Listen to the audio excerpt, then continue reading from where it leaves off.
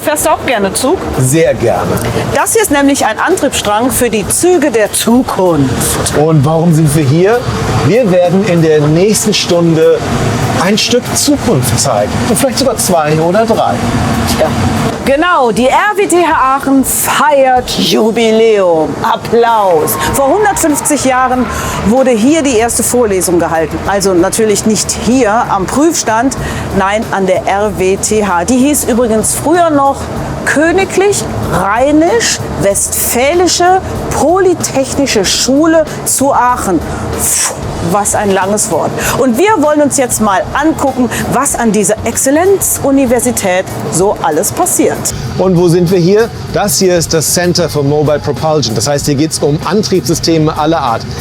Gibt nicht nur diesen Antriebsstrang hier, sondern es gibt alle möglichen Systeme und Komponenten. Und das Tolle ist, hier in Aachen können alle diese Antriebssysteme, also zum Beispiel Batterien, Brennstoffzellen, Verbrennungsmotoren, einzeln untersucht und getestet werden, aber auch gleichzeitig in einem virtuellen Netzwerk im Zusammenspiel getestet werden. Das gibt es sonst nirgendwo auf der Welt. Das, was ihr hier sehen könnt, ist ein Brennstoffzellensystem und es wird für den Antrieb von Zügen erforscht. Da eine Batterie natürlich eine Kapazität hat, die sehr begrenzt und die Ladezeit, sagen wir mal, einige Stunden dauern würde, ist so eine Brennstoffzelle so viel flexibler und zwar in beiden Fällen. So eine Brennstoffzelle erzeugt aus Wasserstoff und Sauerstoff Wasser und elektrische Energie. Und diese elektrische Energie, die kann zum Beispiel einen Motor antreiben. Den Sauerstoff, den bekommt die Brennstoffzelle aus der Luft und den Wasserstoff, den muss man in einem Tank mitführen. Wie bei einem Auto bestimmt die Menge an mitgeführtem Wasserstoff die Reichweite. Und die Tankdauer kann man sich ein bisschen vorstellen wie den Tankvorgang bei konventionellen Kraftstoffen. Das ist übrigens die Flexibilität, von der ich eben gesprochen habe. Und die Batterie, die sorgt jetzt dafür, dass die Dynamik in das Antriebssystem reinkommt. Das ist ein bisschen vergleichbar mit Sprinter und Ausdauerläufer. Also Batterie, Sprinter, Antriebssystem, Ausdauerläufer. Ich muss. Es geht hier am CMP also um die Antriebstechnologien von morgen und natürlich deren Kraftstoffe. Die Kraftstoffe werden an der RWTH vor allem im Exzellenzcluster Fuel Science Center betrachtet. Und da geht es vor allem auch um Biohybrid Fuels, also Kraftstoffe, die es ermöglichen, dass man kohlenstoffneutrale Kreisläufe hat. Gut erklären kann man all das hier an diesem Raffineriemodell. Ja, richtig. Und zwar mit Hilfe von Augmented Reality und diesem Tablet kann man in dieses kleine Modell mal reinschauen und sich den Raffinerieprozess mal aus der Nähe angucken. Genau. Und wer das am besten erklären kann, ist Kahn. Hallo Kahn. Hi. Kahn ist Verfahrenstechniker und beschäftigt sich mit Öl- und Treibstoffprodukten, die eben nicht aus Öl hergestellt werden. Ist das richtig? Genau, sondern aus erneuerbaren Quellen. Genau, ich habe eben schon ein paar Stichworte aufgeschnappt. Flüssiges Holz, besondere Bakterien und ja, Treibstoffe, die viel besser verbrennen als das, was wir so kennen. Wo geht's denn los? Also wir sind heutzutage umgeben von Kohlenstoff, der aus Erdöl kommt. Und viele Leute denken zunächst mal an Diesel oder Benzin, wenn sie an Erdöl denken. Dabei steckt Kohlenstoff in alltäglichen Produkten wie Textilien, wie Reinigungsmittel, wie Plastik, sogar Nahrungsmitteladditive. Das heißt, wenn wir unsere Abhängigkeit von Erdöl beseitigen möchten in der Zukunft, reicht es nicht nur aus, beispielsweise Elektroautos zu bauen, sondern wir brauchen Prozesse, um Produkte herzustellen, die auf erneuerbarem Kohlenstoff basieren. Was ist erneuerbarer Kohlenstoff? Nun, wir haben eigentlich auf unserem Planeten nur 2 wirklich große Quellen von erneuerbarem Kohlenstoff. Die erste Quelle ist CO2 aus der Luft und die zweite Quelle ist Pflanzenbiomasse. Und in diesem Modell wollen wir zeigen, wie wir aus beiden Quellen Produkte wie Chemikalien oder Kraftstoffe herstellen können. Und dazu haben wir auch die App entwickelt. Was wir hier sehen, ist, mit Hilfe von Augmented Reality schneiden wir quasi in den Bioraffinerieprozess rein.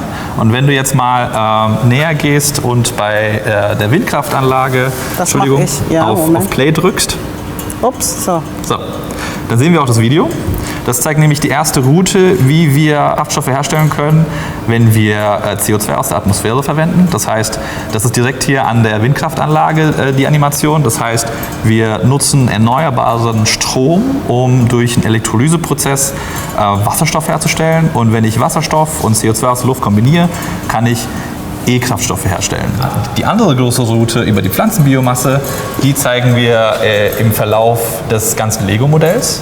Hier ist unser Ausgangsstoff die Holzbiomasse und mit verschiedenen Schritten von dem Zerstören der Zellwände, um auf unsere Biopolymere, die Kohlenhydrate und das Lignin zuzugreifen und dann über die Mikroorganismen die eigentlichen Kraftstoffelemente herzustellen, wird alles anhand des Modells und der App gezeigt. Aber wenn wir jetzt zum Beispiel alles, was wir aus bisher Öl hergestellt haben, aus Holz herstellen würden, gibt es so viele Wälder auf der Welt? Ein Grund, weshalb wir zum Beispiel Holz verwenden, ist nicht nur die Tatsache, dass es nicht essbar ist. Das heißt, wir konkurrieren nicht mit der Lebensmittelindustrie, sondern wir können auf viele Abfallquellen zugreifen. Wenn wir unsere Möbel wegschmeißen, könnten wir daraus vielleicht Kraftstoff herstellen. Wow! Also da muss ich ehrlich sagen, das hier sieht jetzt mal ganz anders aus als das kleine Modell, was wir eben gesehen haben, oder? Okay, verstehe. Das ist also ein Teil des Modells, was wir eben in klein gesehen haben. Und dieses Modell, das ist gar nicht mehr so weit von der industriellen Anwendung entfernt. Irgendwann werden wir dann mal umweltfreundliche Biotreibstoffe haben und können dann auch noch CO2-neutral Auto fahren. Das heißt, schon bald könnte an unseren Tankstellen klimaneutraler Sprit getankt werden. Die Autos sollen nicht nur sauber, sondern auch sicher unterwegs sein. Und nicht nur der Treibstoff spielt eine Rolle, sondern auch etwas, das sich autonomes Fahren nennt. Unter anderem das. Diese Modellwagen bekommen von einem Programm gesagt, dass ich hier stehe und die fahren einfach um mich herum. Die sind ziemlich flott unterwegs, aber ich habe volles Vertrauen in die Technik. Ich hoffe, ihr auch. Der kommt näher und näher. Bisschen schnell für meinen Geschmack. Näher. Jetzt langsam. Könnte er bremsen? Er bremst. Sehr schön. Wenn es viele automatisierte Fahrzeuge auf der Straße fahren, müssen sie sich untereinander absprechen, damit sie zum Beispiel sicher und effizient über eine Kreuzung fahren können. Der Fokus ist bei uns hier im Labor auf diese besprochene Koordination, also die Absprache zwischen den Fahrzeugen, damit sie zum Beispiel sicher über die Kreuzung fahren oder dass ein Auto auf der Autobahn einem anderen Auto Platz macht, um rechtzeitig die Ausfahrt zu nehmen. Was glaubst du denn, wann das auf die Straße kann hier, dieses Prinzip? Ich hoffe, zu meiner Lebenszeit. Ich drücke die Daumen auf jeden Fall. Ja, geben wir mal der Forschung und der Technik etwas Zeit, 20, 30 Jahre. Okay, alles klar. Hallo Guido. Hallo Ralf. Das hat gut gebremst, das Auto. Ein sehr sicherer Sicherheitsabstand. Ich habe mich die ganze Zeit wohlgefühlt. Du forschst hier fürs autonome Fahren auf dieser Teststrecke. Was ist das Besondere an dieser Teststrecke? Was kannst du hier alles erforschen? Zum einen, so eine Teststrecke bietet uns natürlich erstmal eine sichere Umgebung für unsere Tests. Zum anderen haben wir natürlich genau hier den Vorteil, dass die Infrastruktur vernetzt ist. Das heißt, beispielsweise die Ampeln können ihren aktuellen Schaltstatus an die Fahrzeuge senden. Und weiterhin haben wir natürlich hier das 5G-Netz, was uns natürlich erlaubt, die Fahrzeuge untereinander kommunizieren zu lassen. Wofür ist das wichtig? Ja, der Vorteil bei 5G ist natürlich, dass die Verbindung sehr schnell stattfindet. Das heißt, die Daten kommen ohne große Verzögerung bei den Fahrzeugen an. Und das hilft uns natürlich ungemein beim autonomen Fahren, weil die Fahrzeuge können sich dann gegenseitig Informationen bereitstellen, von denen das eine Fahrzeug vielleicht noch gar nicht weiß oder wissen kann. Ach, ist das auch das, was wir jetzt hier sehen mit der dicken Mauer und der Fußgängerin? Ganz weit hinten sieht man jetzt unser Forschungsfahrzeug kommen. wenn das jetzt hier auf uns zufährt und an dieser Ampel anhält, dann kann es die Fußgängerin mit seinen Sensoren überhaupt noch gar nicht erfassen. Wenn jetzt aber ein anderes Fahrzeug von da vorne kommt, was die Fußgängerin schon im Vorhinein sieht, kann es diese Information über den Mobilfunk an unser Fahrzeug weitergeben. Und so können wir schon im Vorhinein auf die Situation reagieren. Verstehe. Aber was passiert, wenn da zum Beispiel ein altes Auto steht, was noch keine Selbstfahrtechnik dabei hat? Ja, für diesen Fall hat unser Fahrzeug natürlich eigene Sensoren, um immer noch sicher manövrieren zu können. Das heißt, wir müssen unser Umfeld natürlich erfassen können. Das sind in dem Moment halt Zusatzinformationen. Dann haben wir aber auch noch Kollegen aus der Psychologie bei uns am Institut, die sich überhaupt erstmal anschauen, was muss das Fahrzeug, wie muss das überhaupt fahren, damit der Mensch und der Fahrer und auch Fußgänger diese Fahrzeuge in ihrer Umgebung überhaupt akzeptieren. Ja, ich glaube, das ist total wichtig. Man will ja nichts haben, mit dem man sich nicht wohlfühlt. Ja. Bevor nicht wir, sondern unsere Autos, Züge und Flugzeuge sich alleine durch die Welt bewegen, brauchen wir noch Geduld. Und die Forscher haben noch jede Menge Arbeit vor sich. Ein Beispiel. Eine Teststrecke ist ja gut und schön, aber der Verkehr da draußen ist eine ganz andere Nummer. Da rollt ein Ball über die Straße, ein Kind springt zwischen parkenden Wagen raus, Autos fahren Schlangenlinien, Fahrbahnmarkierungen sind falsch oder fehlen ganz, Geisterfahrer fahren auf Autobahnen, Gegenstände blockieren die Gleise oder Fahrgäste die Zugtüren und so weiter. Um solche Situationen zu verstehen und zu lösen, müssen Computer viel lernen. Am besten geht es mit Beobachten. Zum Beispiel aus der Luft. Die so erzeugten Daten werden genutzt, um die autonomen Fahrzeuge zu trainieren. Aber funktioniert das dann auch? Bei einem Unfall kann man ja schlecht sagen, oh sorry, da hat sich mein Auto verrechnet. Bevor also neue Technologien draußen in unserer Umwelt umgesetzt werden, können sie an der RWTH in Fahrsimulatoren getestet werden, ohne den Verkehr zu gefährden. Im Simulator des Instituts für Kraftfahrzeuge wird, wenn man so will, direkt der komplette Pkw bewegt. Und es gibt ein sehr realistisches Fahrerlebnis. Im wissenschaftlichen Ablauf ist die Reihenfolge klar. Probleme identifizieren, entwickeln, simulieren, testen im geschützten Raum, wie gerade auf der Teststrecke in Aldenhofen, und dann erste Versuche auf speziellen Strecken in der Öffentlichkeit. Erst wenn da alles läuft, hat man die Voraussetzung für ein neues Produkt, wie zum Beispiel ein autonom fahrendes Auto der Stufe 5. Für die Forschung im Schienenverkehr betreibt die RWTH die ELVA. In diesem mit Originalstellwerken ausgestatteten Eisenbahnbetriebslabor können Züge unter anderem automatisch nach Fahrplan gesteuert werden. Die werden wohl schneller kommen als das autonom fahrende Auto, denn schon die Spurführung ohne Ausweichmanöver machen es den Computern leichter. Letztlich geht es dabei um die Sicherheit, aber auch um die Pünktlichkeit der Züge. Der Schritt zu individuell autonom fahrenden Shuttlebussen auf Schienen ist dann auch denkbar. Autonomes Fahren ist mehr als nur ein komfortables Gimmick, bei dem der Fahrer einen Film gucken oder ein Buch lesen kann. Die Verkehrsexperten hoffen, so viele Staus und Verspätungen vermeiden zu können und die Zahl der Unfallopfer weiter zu reduzieren. Und nicht zuletzt verbrauchen Autos, die nicht im Stau stehen und seltener bremsen und wieder beschleunigen müssen, auch weniger Kraftstoff oder elektrische Energie, und das spart CO2. Genau genommen können wir uns den Verzicht auf autonomes Fahren gar nicht erlauben. Sie merken, Wissenschaft kann ganz schön komplex sein. Dabei ist es total wichtig, dass wir alle verstehen, was an unseren Universitäten erforscht wird und wie unsere Zukunft aussehen könnte. Und deshalb müssen Wissenschaftlerinnen und Wissenschaftler darüber sprechen, was sie an Instituten wie diesem hier erforschen und entwickeln. Meine Kollegin Mai-Tin Kim ist Chemikerin und war als Doktorandin hier an der RWTH.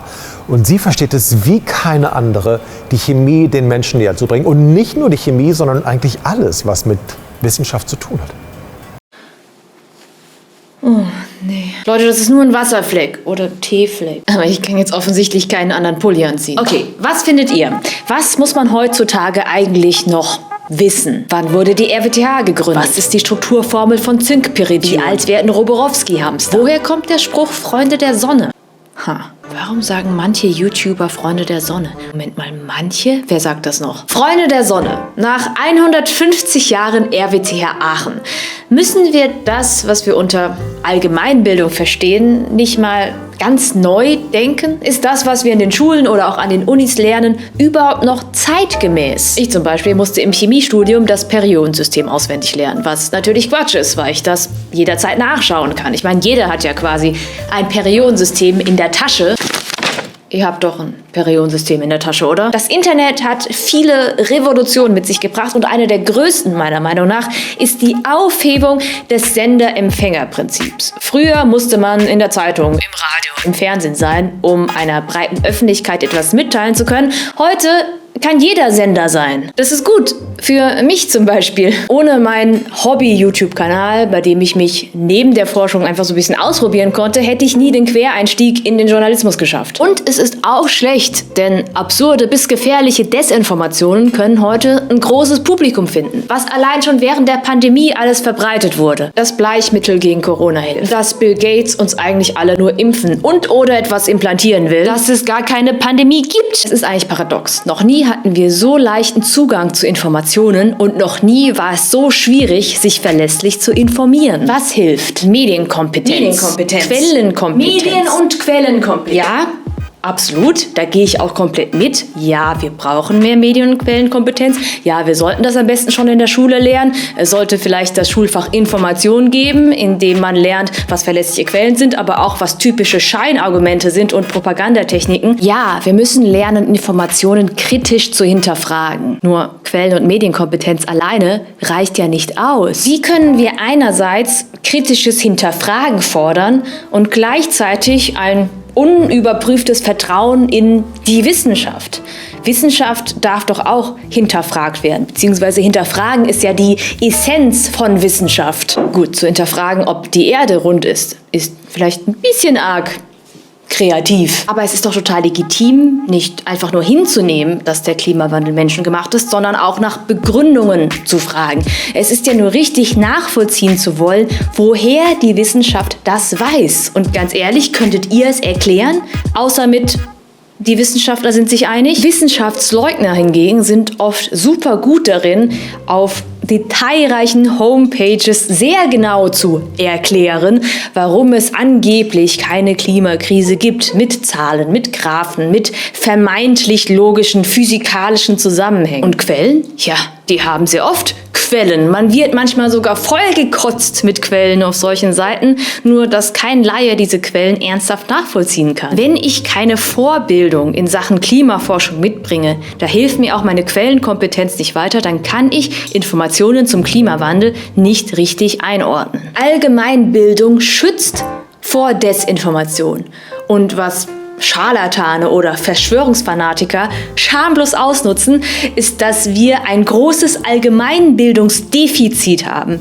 In Naturwissenschaften, in Technik, in Mathematik. Ein gebildeter Mensch, ein Intellektueller, vor dem erwartet man, dass er sich mit Politik auskennt, mit Geschichte, noch ein bisschen mit Kunst. Aber muss er die 3 Hauptsätze der Thermodynamik kennen? Nein. Es ist toll, wenn sich irgendwelche Nerds damit auskennen. Respekt. Aber das ist ja jetzt nichts, was jeder wissen muss. Doch, ist es. Mit den großen Themen unserer Zeit. Klimakrise, Artensterben, künstliche Intelligenz, Gentechnik, Corona. Kann man nur sinnvoll umgehen, wenn man eine solide Ausbildung hat in Naturwissenschaften, Technik und Mathematik. Lasst uns also nicht den Fehler machen, zu glauben, dass Google Bildung ersetzt. Bildung ist ein Privileg und im Informationszeitalter mehr als je zuvor. Deswegen lasst uns niemals aufhören, uns weiterzubilden und niemals aufhören zu lernen. Dem kann ich mich nur anschließen. Eine Grundvoraussetzung, die sehr wichtig ist, ist natürlich Neugier. Und ich kenne jemanden, der ist sehr neugierig. Der findet in den 260 Instituten der RWTH immer etwas Neues. Der Rektor, Herr Rüdiger. Hallo, Herr Rüdiger. Schön, dass Sie da sind. Ich freue mich auch total. Ich glaube, wenn es einen Menschen gibt, der mir erklären kann, wofür RWTH steht, dann sind Sie das. Ich biete eine kurze und eine lange Version an. Ich nehme erst die kurze und dann die lange. Die kurze ist banal. Rheinisch-Westfälisch Technische Hochschule Aachen. Das wussten, glaube ich, die meisten. Und die lange? Oh, die wird richtig lang. Also, die RWTH steht für Gestaltung der Zukunft. Wir wollen uns großen, relevanten technischen Fragestellungen, Herausforderungen widmen, wie zum Beispiel die zukünftige Energieversorgung, Mobilität, Gesundheit, Klima. Produktionstechnologien. Das sind unsere großen Themen. Und wir haben das im Titel unseres Antrags zur Exzellenzstrategie versucht, sehr knapp und bündig zum Ausdruck zu bringen. Wir sind eine integrierte, interdisziplinäre technische Hochschule und dieses integriert, interdisziplinär bringt zum Ausdruck, dass diese großen Herausforderungen, denen wir uns stellen müssen, das löst nicht mehr eine Disziplin alleine. Nicht Physik oder Chemie, Biologie, Maschinenbau, Medizin, sondern das geht nur im Zusammenspiel aller Disziplinen und zwar von der Fragestellung an. Das verstehen wir unter integriert und interdisziplinär. Wir wissen, dass wir diese Aufgabe nicht alleine schaffen können. Nur im Netzwerk der Disziplinen, im Netzwerk mit unseren Partnereinrichtungen. Hier vor Ort wären das zum Beispiel das Forschungszentrum Jülich im Rahmen der Jülich-Aachen Research Alliance oder gemeinsam mit den Fraunhofer-Instituten und hier für die Bioraffinerie von besonderer Bedeutung die Kooperation mit dem Leibniz-Institut für interaktive Materialien. Und das ist die Stärke der RWTH, dass wir sowas gemeinsam machen. Das sind große Namen, aber ich finde, die RWTH, die reiht sich da nahtlos ein. Gibt es noch ein besonderes Alleinstellungsmerkmal von der RWTH? Ach, die Biokraftstoffe, das ist jetzt ein wunderbares Beispiel für Straße und Luftraum. Biokraftstoffe wollen auch für autonom fahrende Autos eingesetzt werden. Wir sind präsent auf der Internationalen Raumstation in einem Kühlsystem. Das ist ein großes Experiment, was dort läuft. Implantate zum Beispiel, das ist so der Bereich Medizintechnik. Die Nähe Medizin und Ingenieurwissenschaften können wir hier sehr gut ausnutzen. Und das sieht so aus. Prima, tschüss. Schmerzen im Arm, Schwindelgefühl und nicht mehr in der Lage aufzustehen, das könnte viele Ursachen haben. Die Besatzung des Rettungswagens schaltet nach Rücksprache mit einer Patientin den Telenotarzt ein. Über Ton und Bild sind sie jetzt mit dem Telenotarzt verbunden. Er arbeitet 24 Stunden am Tag an 7 Tagen in der Woche und rund um das Jahr in der Leitstelle der Feuerwehr in Aachen. Er kann die abgenommenen Patientendaten direkt einsehen, mit den Kollegen und der Patientin sprechen und zum Beispiel Schmerzmittel freigeben. Rettungssanitäter dürfen ohne Rücksprache mit dem Telenotarzt nämlich keine Schmerzmittel verabreichen. Die Frau müsste ohne Telenotarzt auf das Eintreffen des Notarztes vor Ort warten. Auf dem Weg ins Aachener Uniklinikum bleibt der Telenotarzt bei Bedarf verbunden und kann direkt eingreifen, wenn sich der Zustand der Patientin verschlechtert. Das System des Telenotarztes ist an der RWTH entwickelt worden. Mittlerweile hat die Landesregierung NRW beschlossen, den Telenotarzt in ganz NRW einzusetzen. Im Uniklinikum Aachen geht es jetzt um die richtige Diagnose. Was fehlt der Patientin? Liegt eine Entzündung vor, ein leichter Schlaganfall, ein Herzinfarkt? Gab es äußere Einwirkungen, bekannte Erkrankungen oder Allergien? Die Zahl der Möglichkeiten ist gewaltig. Deshalb wird am Uniklinikum in Aachen an neuen diagnostischen Methoden geforscht. Zum Beispiel an MPI, das steht für Magnetic Particle Imaging. Das ist eine strahlungsfreie Methode mit dreidimensionaler Darstellung. Mit Hilfe magnetischer Felder kann ein Kontrastmittel im Körper abgebildet werden. Hierzu werden die magnetischen Eigenschaften von Eisenoxid-Nanopartikeln ausgenutzt.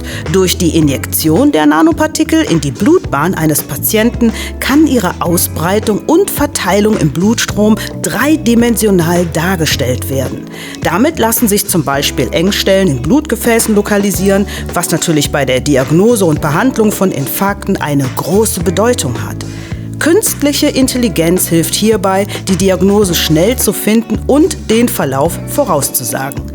Hier ein Beispiel einer Computersimulation, wie sich das Röntgenbild bei einer schwer verlaufenden Herzerkrankung verändern würde.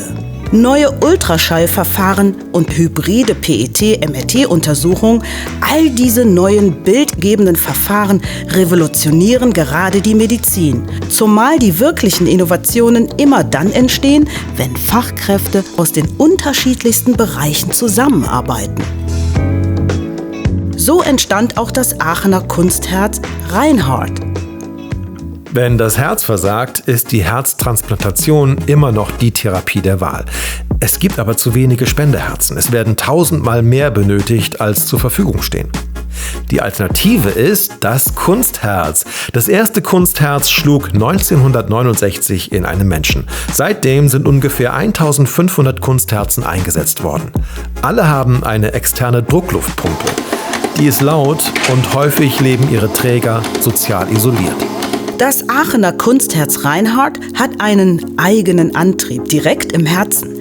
Der ist leise und wird nur mit elektrischer Energie betrieben. Kabel und Schläuche, die von außen in den Körper bis zum Herz reichen, werden so überflüssig, was auch die Infektionsgefahr stark minimiert. Das Reinhardt ist also eine Möglichkeit für Herzpatienten, in Zukunft wieder ein Leben mit höherer Lebensqualität zu führen. Bleiben wir noch kurz beim Herz, denn in Aachen werden auch biologische Herzschrittmacher für Kinder entwickelt. Ein normaler Herzschrittmacher besteht aus Kabeln, die bis zum Herzen geführt werden und einem Pulsgeber als eigentlichen Schrittmacher. Da Kinder noch wachsen, müssen diese Systeme regelmäßig ausgetauscht werden. Viele komplizierte Eingriffe sind die Folge. Biologische Herzschrittmacher wachsen mit den Kindern mit. Das heißt, eine Sorge weniger. Auch Herzklappen für Kinder werden mittlerweile organisch hergestellt. Für erwachsene Herzen sind diese Herzklappen wiederum nicht stabil genug. Daher werden an der RWTH biohybride Herzklappen entwickelt. Das ist eine Kombination aus einem Textilmaterial und körpereigenen Zellen. So bekommen die Herzklappen die nötige Stabilität und der Körper kommt besser damit zurecht, stößt sie also nicht wieder ab. Unsere Patientin hatte Glück. Sie konnte wieder schnell nach Hause. Aber was, wenn durch einen Schlaganfall zum Beispiel Lähmungen zurückbleiben? Auch hierzu wird in Aachen geforscht. Und dabei kann die RWTH eine ihrer Stärken ausspielen. Denn hier arbeiten Ingenieure und Mediziner direkt unter einem Dach. Das Ergebnis ist unter anderem ein System, das Patienten hilft, wieder ihren Arm zu bewegen. Dabei gehen die Anwendungen von den therapeutischen Möglichkeiten bis hin zur Unterstützung des Alltags, damit die Patienten wieder möglichst schnell selbstständig werden können. Aber auch andere Patienten werden am Uniklinikum Aachen diagnostiziert und behandelt. In einem Zusammenschluss aus mehr als 25 Kliniken und Instituten der RWTH Aachen und des Forschungszentrums Jülich erforschen Wissenschaftler das menschliche Gehirn und seine Verbindungen. Neben den Demenzen wie zum Beispiel der Alzheimer-Krankheit geht es in dieser Forschung auch um verschiedene Bewegungsstörungen, beispielsweise Parkinson, aber auch um die Schizophrenie sowie um Entwicklungsstörungen bei Kindern und Jugendlichen. All das läuft unter dem Namen Yara Brain.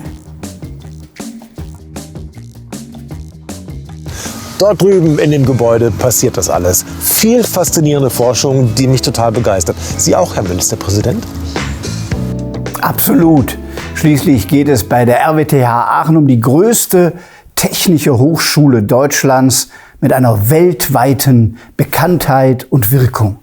RWTH ist ja längst eine eigene Marke als eine der großen Ideenschmieden der Bundesrepublik und als international strahlender Leuchtturm von Forschung und Wissenschaft.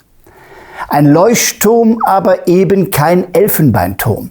Lernen, forschen, machen.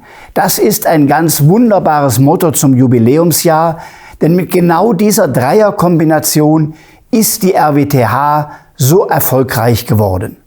Aachener Pioniergeist macht seit 150 Jahren Innovationen möglich, die in praktische Anwendungen und damit in ökonomische Impulse umgesetzt wurden. Das wird auch in Zukunft so sein. Und ich könnte jetzt viele Zahlen nennen zu den Studierenden, den vielen erfolgreichen Ausgründungen von Start-ups oder zu Exzellenzclustern. Das kann man alles nachlesen und nur staunen. Aber eine Zahl finde ich ganz besonders schön, die 5. Denn gleich 5 Nobelpreisträger kommen von der RWTH. Ich danke allen, die zu solch großartigen Erfolgen beitragen und gratuliere herzlich zum 150. Eine lange Geschichte, in der sich die RWTH immer wieder neu erfinden musste. Ein Forschungsaspekt ist gerade in den letzten Jahren immer wichtiger geworden. Was macht Forschung? Was macht Fortschritt mit uns Menschen, mit unserer Gesellschaft? Im Zusammenschluss Rheinisches Revier geht es um die Erneuerung unserer Region. Das sind ganz direkte Veränderungen, die nicht nur in den Nachrichten verkündet werden, sondern welche, die alle, die hier wohnen, mitbekommen, die unseren Alltag, unser Leben verändern wollen. Es geht um die Braunkohle-Folgenutzung, die Ängste und die Hoffnungen, die damit verbunden sind. Die richtige Ausrichtung des Strukturwandels. Vor einigen Jahrzehnten lösten große Automatisierungswellen Ängste aus. Arbeitslosigkeit drohte. Handwerker fühlten sich nicht mehr wertgeschätzt. Das Vertrauen in Innovationen wird durch Misstrauen und Angst ersetzt. Viele Fragen kommen dazu. Warum verschmutzt die Industrie die Umwelt? Oder warum kostet Ökostrom mehr als der aus Braunkohle? Wie würde ich leben, wenn wir die Industrie nicht hätten? Wie komme ich persönlich mit der Digitalisierung klar? Welchen Einfluss wird die auf mein Leben haben? Bin ich Innovationen ausgeliefert oder sind die gut für mich? All diese Fragen werden an der RWTH untersucht. Unsere Welt ist kompliziert. Wenn wir sie verstehen wollen, müssen wir miteinander reden. Wir müssen uns austauschen, damit es unsere Zukunft wird.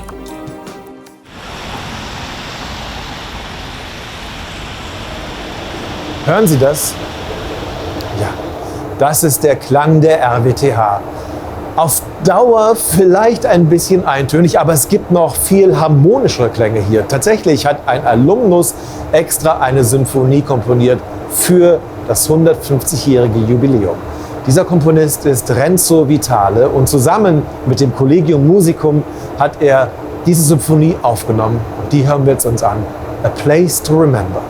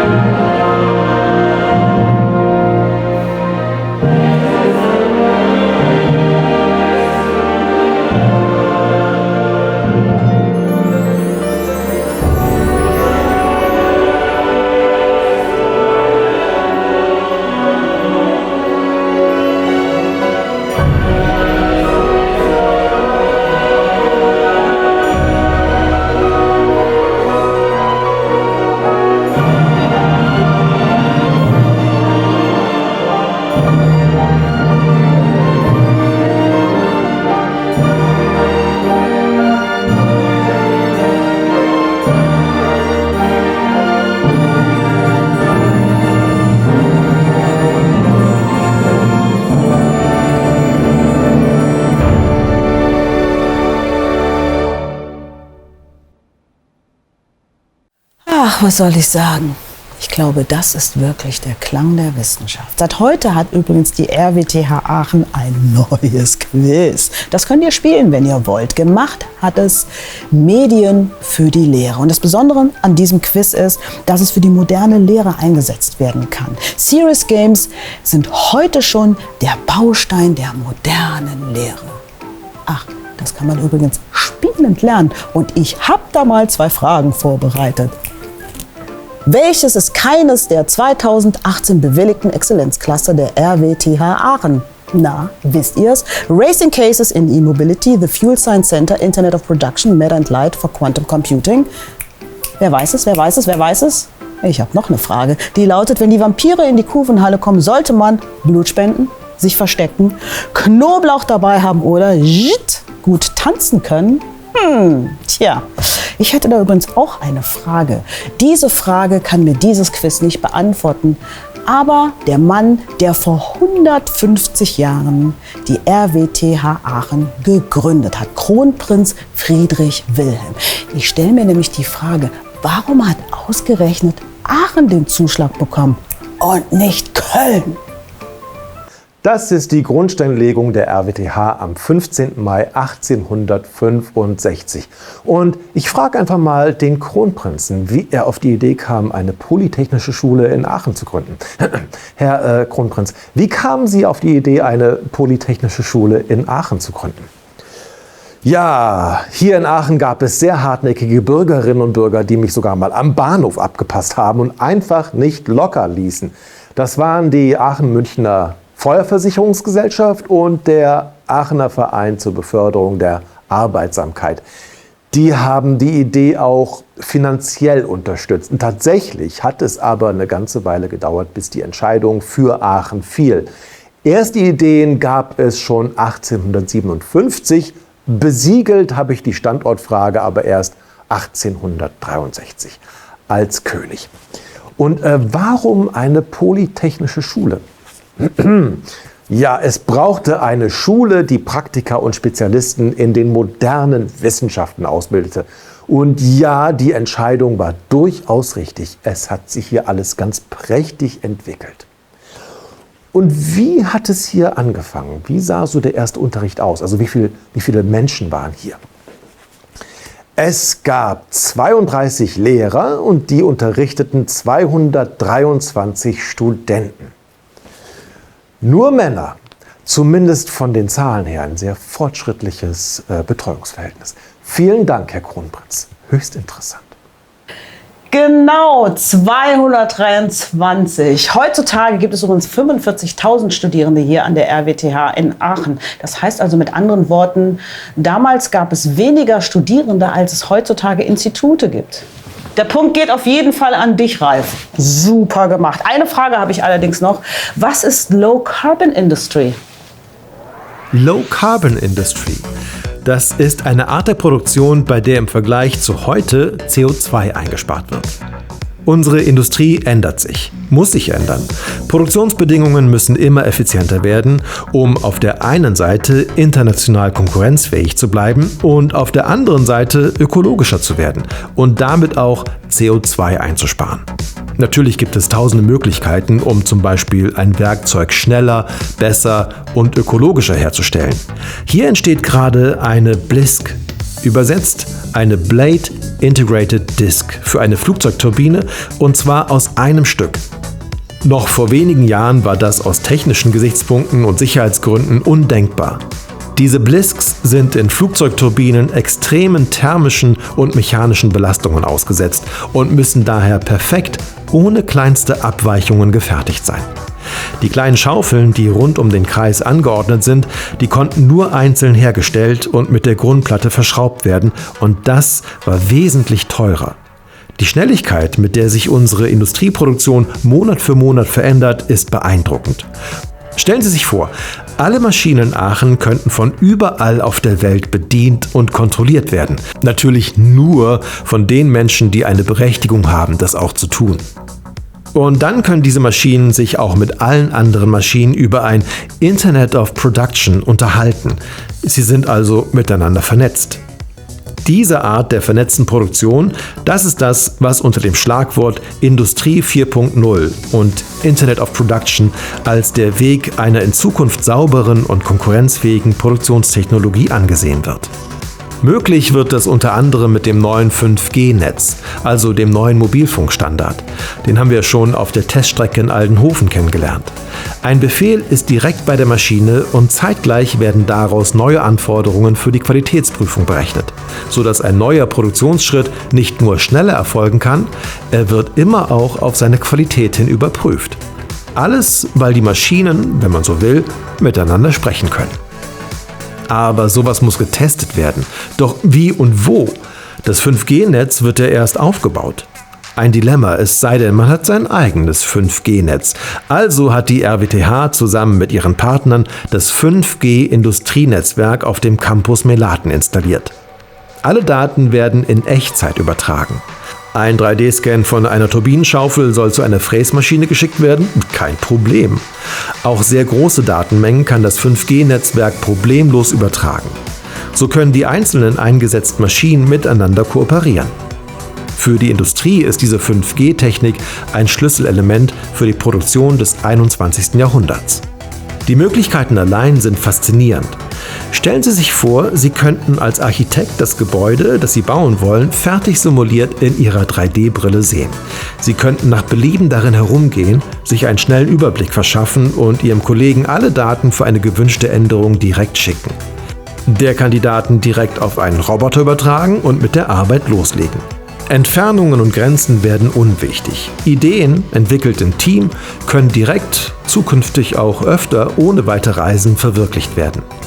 In der Architektur wird aus dem Internet of Production dann das Internet of Construction und lässt die Maschinen zum verlängerten Arm der Menschen werden. Jede Art der schlankeren, intelligenteren und damit reibungsärmeren Industrieproduktion hilft, Energie einzusparen und damit eben auch CO2. Allerdings, und das ist wieder typisch Wissenschaft, kann man auch nicht sagen, dass an der RWTH versucht wird, Kohlenstoff aus der Produktion zu verdammen. So einfach ist es nicht. CO2, Kohlenstoffdioxid, also eine Verbindung aus Kohlenstoff und Sauerstoff, ist ja nicht die einzige Verbindung, die Kohlenstoff eingehen kann. Es gibt so viele Möglichkeiten, Kohlenstoffdioxid einzusparen und damit unsere Welt ein bisschen sauberer zu machen. Diese PET-Flasche zum Beispiel. Solche PET-Flaschen sind wie ein Sinnbild, wenn es um Plastik und Plastikmüll geht. Klar, dass PET-Flaschen nur einen kleinen Teil des gigantischen Plastikberges ausmachen, den wir Jahr für Jahr produzieren. 8,3 Milliarden Tonnen Plastik haben wir in den vergangenen 70 Jahren hergestellt. Das ist eine Zahl mit 9 Nullen oder anders ausgedrückt, das Gewicht von 822.000 Eiffeltürmen. Im Jahr 2018 sind es alleine schon 360 Millionen Tonnen gewesen.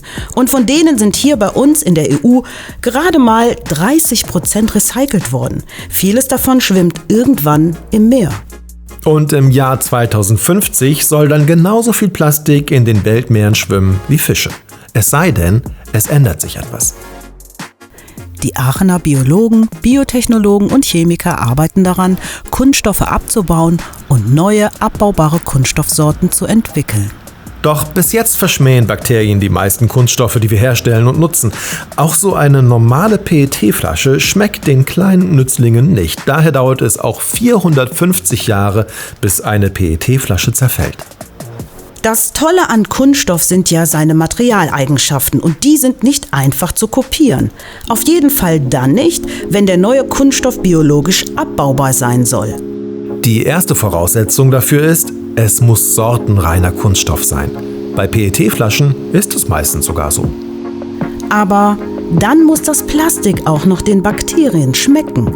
Damit das gelingt, wollen die Wissenschaftler vom Lehrstuhl für Biotechnologie an der RWTH sich Lösungen bei Mutter Natur abgucken. Da gibt es nämlich tatsächlich Vergleichbares mit dem Plastik. Plastik, das sind eigentlich Polymere, also Ketten von großen Molekülen. Und sowas stellt die Natur auch her. Proteine zum Beispiel oder Zellulose oder auch Nukleinsäuren. Plastik ist, wenn man so will, gar nicht so verschieden von zum Beispiel unseren Haaren. Nur wenn man diese künstlichen Polymere wieder loswerden will, dann wird es knifflig. Die Wissenschaftler wollen es ein bisschen wie die Natur machen. Sie kleben spezielle Peptide auf die Nanoplastikpartikel und ermöglichen es so, dass das Polymer, also das Plastik, von speziellen Enzymen zersetzt werden kann. Ohne diese Klebeproteine würden sich die Enzyme gar nicht für den jeweiligen Kunststoff interessieren. Mit dem Nebeneffekt, dass der dann mehr als 400 Jahre in der Natur rumliegt. Wie gut dieser Zersetzungsprozess funktioniert und wie er verbessert und beschleunigt werden kann, das wird im Labor der Biotechnologen an der RWTH untersucht. Wie wichtig dabei diese Enzyme sind, sieht man an diesen beiden Proben. Rechts mit Enzymen und links ohne.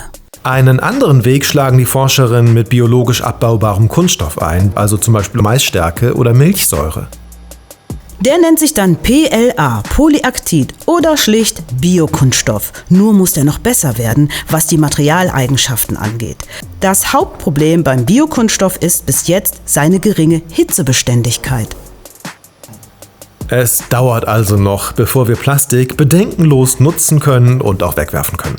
Bei einem anderen Material gibt es allerdings Grund zur Hoffnung. Es geht um Stahl. Denn im Gegensatz zu Plastik lässt sich Stahl immer wieder recyceln und zwar vollständig. Es ist wohl das einzige Material, was diese Eigenschaft hat. Und moderne Stahlforschung schafft es sogar, für die Herstellung und bei der Anwendung Kohlenstoffdioxid einzusparen. Dass man beim Einsatz von neuartigem Stahl auch Kohlenstoffdioxid einsparen kann, das würde man erstmal nicht denken, ist aber auch ein Ansatz. Und weil Stahl immer noch einer der wichtigsten Konstruktionswerkstoffe ist, lohnt sich da mal einen Blick drauf zu werfen. Und das machen wir hier bei Sophie und Markus. Hallo ihr beiden. Hallo. Hallo. Was ist denn das Neuartige an diesem neuartigen Stahl? Also an Stahl wird immer noch wirklich viel geforscht. Denn Stahl hat unglaubliche Eigenschaften, die auf spezielle Anwendungsfälle perfekt geschmiedet werden können. Wie man hier schon sieht, habe ich hier mal so ein dünnwandiges Profil mitgebracht. Das ist ein besonders fester Stahl, der extrem hohe Festigkeiten mit sich bringt, was für gerade beispielsweise den Automobilbau von Vorteil sein kann. Und der sieht jetzt so schön gewellt aus. Was ist damit passiert? Das ist eine Crashbox, die bei einem Fallturmversuch untersucht worden ist. Da wird ein großer Fallturm mit einem Fallgewicht versehen, wo das Fallgewicht dann nachher auf diese Crashbox von oben drauf schnellt. Und dabei faltet sich dann das Material so schön ein.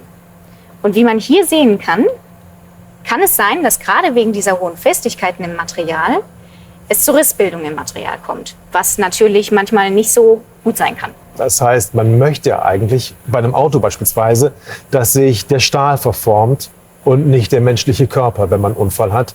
Weil das meistens nicht so gesund ist. Aber es sollen keine Risse entstehen, damit man nicht dann vielleicht durch abgerissene Stahlteile noch zusätzlich verletzt werden würde. Genau. Und das ist das, was dann probiert wird. Wir haben hier die Möglichkeit, kleinere Proben zu testen. Das heißt, wenn wir jetzt einen neuen Stahl entwickeln wollen, dann ist es halt schwierig, direkt eine ganze Komponente zu bauen. Und hiermit können wir jetzt kleine Stahlproben testen. Und ganz wichtig ist dabei, dass wir jetzt in der Lage sind, vorherzusagen, wie sich diese neuen Stähle verhalten. Weil wir wollen ja nicht, wie du eben schon richtig gesagt hast, dass der Fahrer verletzt wird. Und damit wir das ausschließen können, müssen wir ganz früh schon wissen, was der Stahl kann. Und dann lass doch mal sehen, wie das aussieht. Ja, sehr gern. Ich baue jetzt die Probe ein und wir sehen jetzt gleich hier, dass wir das Pendel auf diese Probe fallen lassen. Ja, und dann reißt das Blech praktisch hier an dieser dünnen Stelle. Im besten Ganz Fall. genau, ja. Okay. Wie du siehst, der Versuch dauert nicht besonders lange, aber wir sind jetzt schon in der Lage zu sehen, dass der Stahl eine Energie von etwa 24,47 Joule aufgenommen hat. Ist es jetzt viel oder wenig? Oder? Das kommt ganz darauf an, was du damit machen willst. Wenn wir jetzt wollen, dass der Stahl zum Beispiel nur 20 Joule aufnimmt, dann wissen wir, dass wir den hier verwenden können. Sophie, sag doch nochmal, warum hilft das beim Kohlenstoffdioxid einsparen? Gerade dadurch, dass wir sehr viel Material einsparen können durch diese höchstfesten Stähle, man sieht ja hier nochmal diesen Querschnitt, das ist ein extrem dünnes Blech, wird die Karosserie immer leichter. Und je leichter das Auto, desto weniger die Emissionen, weniger Abgase und weniger Kohlenstoffdioxid. Und das, was hier mit diesen kleinen Blechen passiert, das gibt es natürlich auch auf molekularer Ebene. Elastizität, Bruchfestigkeit, Leitfähigkeit, Biegeverhalten. Es gibt viele Eigenschaften, die je nach Einsatzort sinnvoll sein können. Kohlenstoff als eines der wichtigsten Legierungselemente beeinflusst die Mikrostruktur ganz entscheidend. Auf diese Weise entstehen Stähle mit ganz unterschiedlichen Eigenschaften. Die MaterialwissenschaftlerInnen können diese Eigenschaften gezielt einstellen. Das kann man sich vorstellen wie einen Lego-Baukasten. Man nimmt genau den Baustein, den man braucht, und kombiniert ihn mit einem anderen, um neue Werkstoffeigenschaften zu erhalten. Das ist natürlich alles andere als simpel, aber die ForscherInnen an der RWTH machen genau das und können so zum Beispiel immer dünnere Bleche herstellen, die so fest sind, dass leichtere Bauteile ohne einen Verlust an Stabilität hergestellt werden können. Elektronenmikroskopische Methoden ermöglichen es sogar, dass die einzelnen Atome einer Stahlprobe sichtbar werden. Bereits auf dieser atomaren Ebene können die WissenschaftlerInnen die Eigenschaften des Materials genau beobachten und verändern. Dazu nutzen sie auch neuronale Netzwerke, die eingesetzt werden, um statistisch zu erforschen, wann welche Methode den Stahl schädigt oder dessen Eigenschaften negativ beeinflusst. Mittlerweile wird in der Industrie immer mehr Stahl genutzt. Die modernen Stähle sind je nach Einsatz den Kunststoffen oder auch Aluminium überlegen. So gelangt durch neue Erkenntnisse ein alter Werkstoff zu neuer Bedeutung. Man hat doch tatsächlich vor einigen Jahren gedacht, Stahl, ja, der hat auf jeden Fall schon ausgedehnt. Und man ist davon ausgegangen, dass die Autos heutzutage auf Kunststoffbasis gebaut werden. Falsch gedacht. Oh ja. Guckt euch dieses Haus hier mal an. Da ist es schon verwunderlich, dass das hier alles so zusammenhält und nicht irgendwann mal zufällig von oben was runterkracht. Ja, das sind die hochwertigen Materialien, die man heutzutage verwendet. Die sorgen nämlich dafür, dass man so eine kompakte Konstruktion hat. Ich kann nur sagen, das ist großartig, was die Wissenschaft uns heutzutage alles für Möglichkeiten bietet. Und das ist nicht selbstverständlich. Und damit gebe ich jetzt gerne zurück an meine Kollegin Mai Thi. Falls ihr euch fragt, nein, ich habe mir diesen RWTH-Merch nicht nur als Requisite für dieses Video besorgt. Ich war mal selbst RWTHlerin und zwar von 2012 bis 2015.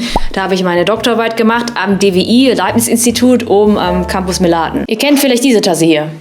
Das war am DWI. Nebenbei war ich Hip-Hop-Trainerin im Unisport und vielleicht war ja sogar irgendjemand von euch bei mir damals im Anfängerkurs. Good times, Leute, good times. Natürlich war ich auch Teil der Campus Dance Crew, also der Hip-Hop-Auftrittsgruppe der RWTH Aachen. Und wenn jetzt kein Corona wäre und diese Feier nicht digital wäre, wäre die Campus Dance Crew bestimmt auch aufgetreten. Warum erzähle ich das alles? Naja, ich bin ja, ob ich es will oder nicht, eine Influencerin. Also ich habe eine große Reichweite und damit habe ich auch einen gewissen Einfluss. Nun ist ja das Wort Influencer ein bisschen negativ behaftet, aber Science-Influencer zu sein, also ein Science-Fluencer. Egal, damit kann ich gerne leben. Wie wird man jetzt Science-Influencer? Bei mir war das so, es fing alles in Aachen an. Und zwar gab es so eine Ausschreibung, die hieß Forscher tanzen.